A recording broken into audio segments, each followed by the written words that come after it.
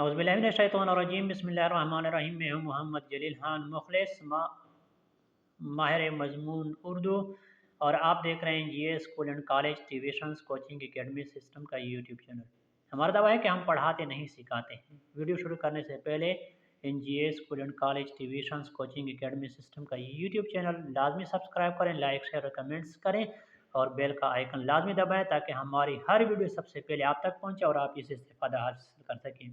अल्लामा इकबाल की नज़म शिकवा के सिलसिले का हमने आगाज़ किया था। आज उसी सिलसिले की एक और वीडियो के साथ आपकी खिदमत में हाजिर हो चुका हूँ। आइए वीडियो शुरू करते हैं। किसकी हैबत से सनम सहमे हुए रहते थे, मुंह के बल गिर के हुवल्लाहु अहद कहते थे।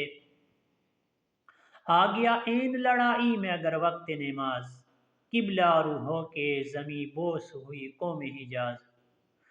नज़म शिकवा की इन अशार में अल्लामा इकबाल रहमतुल्लाह अलैह फरमाते हैं कि ए माबूद हकीकी, वो कौन सी कौम थी जिसके खौफ से बुत भी सहमे हुए रहते थे। सहम जाना, डर जाना, खौफ खाना, और उसको सामने पाकर सजदे में गिर जाते और तेरी वहदानियत का इकरार कर लेते थे। ज़ाहिर है कि ये कौम मुसलमानों के अलावा कोई और ना थी।